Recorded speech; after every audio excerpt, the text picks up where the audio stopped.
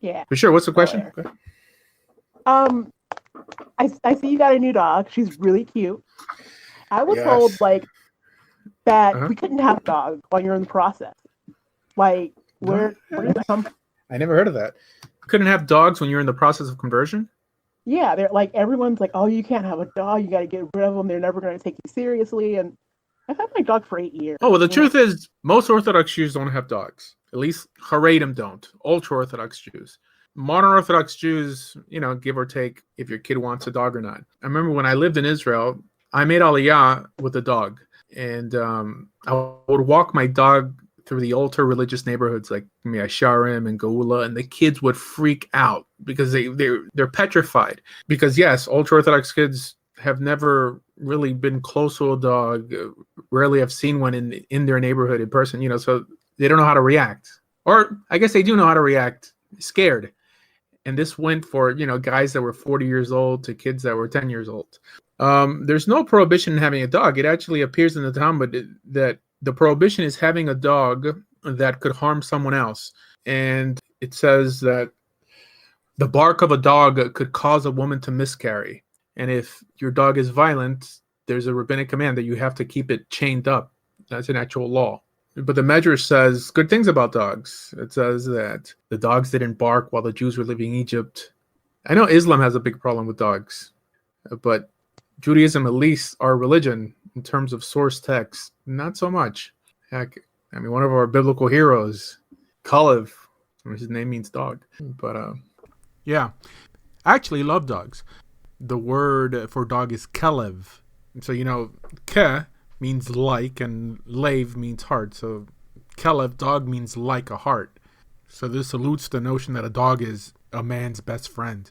But I shouldn't say that there is nothing necessarily negative written about having dogs, because there is, but it's more on the level of midrashim. In other words, there's a lot of things mentioned in rabbinic literature that is sort of advice, and many of the Rishonim bring it down as what's called midas hasidus, or midat hasidut, which is something that particular posuk thought it was good to do, but other poskim would disagree. For example, there's a statement that one who raises dogs is like he raises pigs. There's another statement, I believe is also in the Talmud, that says that anyone who raises dogs is cursed. But in terms of what's brought down as a halacha, it's that statement that one who has a dog should have him chained. Now, the Rishonim step in, and I think that the way Shulchan Aruch brings it down is that only if the dog is violent or destructive should he be chained, right? And destructive, again, it's also brought down that the bark of a dog could scare people to the point of making women miscarry. And looking here in Tanakh, there's a statement in Tehillim, in Psalms, it mentions a dog as a beast that mauls at man, at humans. Or here's another one that it's described as an animal that feeds on corpses. But I guess any carnivore will do that, not necessarily a dog. Now, this doesn't really compare to how Islam views dogs. For them, it's really an issue of impurity. Now, clearly, a dog is an unclean animal, but Jews, in terms of being pure or impure, don't take that too seriously just because we don't have a temple nowadays.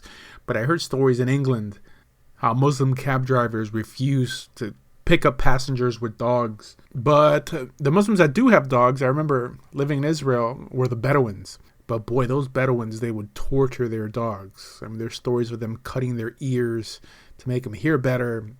And you could typically judge a society on how they treat their animals. I mean, that being said, Israelis don't treat animals very well either, right? I mean, I've seen the way they treat dogs and feral donkeys. It's not good. So what's the halacha? It seems like you're allowed to have a dog, but clearly if you have a violent dog, it should be chained up. And I think that's the clearest understanding of all that's said, leaving personal opinions aside. I'm not sure where they get this thing that someone converting can't have a dog. In California also? I mean, in California, the Jews aren't known for being that religious either. So that's kind of weird. That's probably one person who told you that. No, it's been multiple people that said, once you go to the mikveh, you can get another dog. I'm like, why would I get rid of a dog that I already have? I never heard anything like that. Okay. I never heard anything like that. I remember North Miami Beach. There's a Rabbi Werberman. He was one of the Hasidei Malachim. Like he comes from a very prestigious line. It's a famous family. So every Shabbos he'd walk these two big Rottweilers. Right? Yeah, it's I never heard of this. Yeah.